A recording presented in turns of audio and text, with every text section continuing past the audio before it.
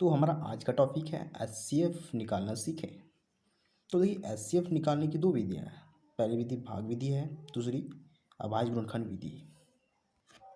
तो हम लोग आज भाग विधि से पढ़ेंगे और नेक्स्ट क्लास में हम लोग अभाज्य गुणनखंड विधि से एचसीएफ निकालना सीखेंगे। तो चलिए आज हम लोग भाग विधि से कैसे बनाते हैं एचसीएफ सो सीखेंगे।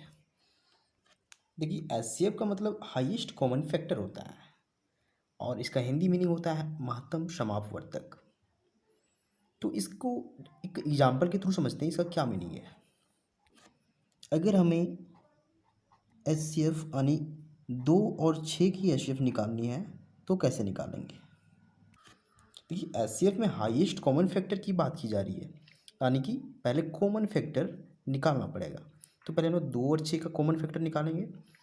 देखिए 2 का अगर हम गुणनखंडन करते हैं तो हमें 1 गुना 2 आता है और 6 का गुणनखंडन करते हैं तो 1 गुना 2 गुना 3 आता है। तो अगर इन दोनों की कॉमन फैक्टर्स की बात की जाए, देखिए यहाँ एक भी कॉमन फैक्टर है, दोनों में अवेलेबल है, और दो भी एक कॉमन फैक्टर क्योंकि दोनों में अवेलेबल है। लेकिन एच सी एफ यानी कि हाईएस्ट कॉमन फैक्टर यानी कि सबसे बड़ी कॉमन फैक्टर की बात की जाए तो यहाँ सबसे बड़ी कॉमन फैक्टर 2 है। तो इन दोनों का एच सी एफ यानी 2 और 6 का एच सी एफ ये 2 हो जाएगा। तो एच सी एफ का मतलब हम लोग समझ चुके हैं। अब हम लोग मेथड से एच सी एफ बनाना सीखेंगे, यानी कि भाग विधि से एचसीएफ बनाना सीखेंगे। तो अगर हमारे पास क्वेश्चन हो कि 12 और 45 का एचसीएफ निकालिए तो हम लोग कैसे निकालेंगे भाग विधि से, स्टेप बाय स्टेप समझिए। देखिए इन दोनों संख्याओं में जो सबसे छोटी संख्या है उसे ढूंढेंगे। तो 12 और 45 में सबसे छोटी संख्या 12 है, तो हम लोग 12 से इस 45 में हम लोग भागा देंगे क्योंकि हम लोग भाग विधि से बना रहे हैं। लेकिन ये भागा कुछ नॉर्मल भागा से कुछ डिफरेंट होगा, क्योंकि देखिए इसमें क्या करना है। हम 12 से 45 को भागा लगाएंगे तो 3 बार में जाएगा, क्योंकि 4 बार में 48 जाएगा जो 45 से बड़ी है। हमें 45 से छोटी संख्या अब तो इसके बराबर संख्या लानी है, तो हम 12 गुने 3 करेंगे यानी कि 3, और यहाँ हम 36 लिखेंगे।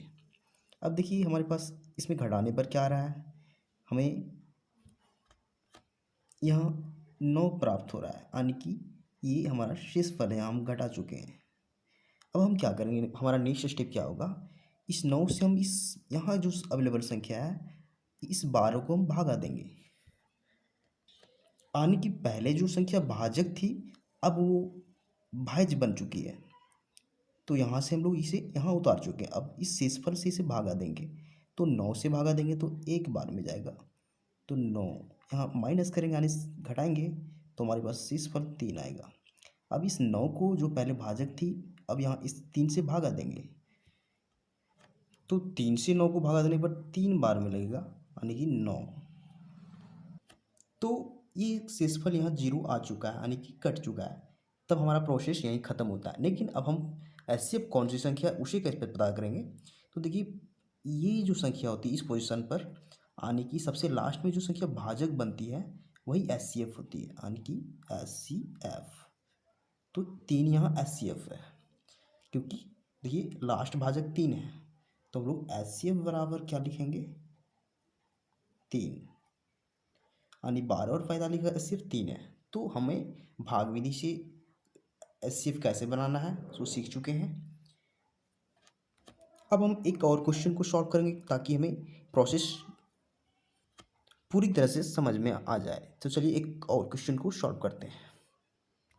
तो हमारे पास क्वेश्चन है कि 25 और 115 का एच सी एफ निकालना है। तो हम लोग सबसे छोटी संख्या ढूंढेंगे। देखिए 25 सबसे छोटी संख्या है, तो 25 से हम लोग 115 में भागा देंगे,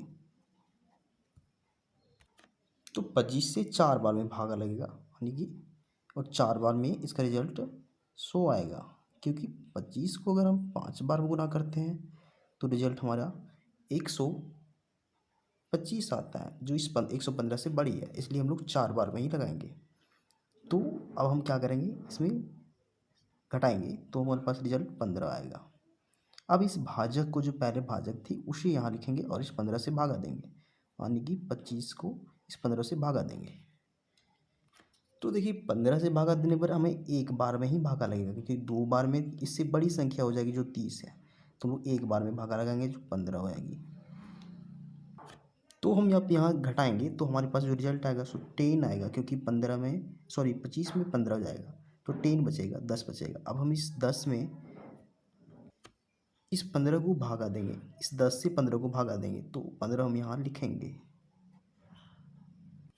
तो केयरफुली से ध्यान दीजिए कि बार बार ये संख्या जो यहाँ होती है सो यहाँ उतरती है, फिर संख्या यहाँ से यहाँ उतरेगी।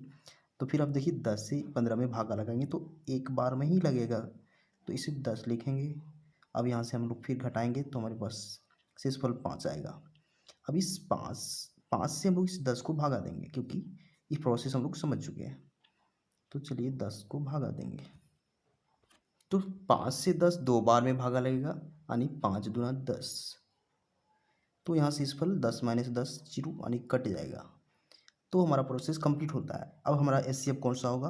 हमारा एचसीएफ 5 होगा, क्योंकि सबसे लास्ट में जो भाजक होता है वही एचसीएफ होता है। इस पोजीशन पे जो संख्या बचेगी वही एचसीएफ होता है।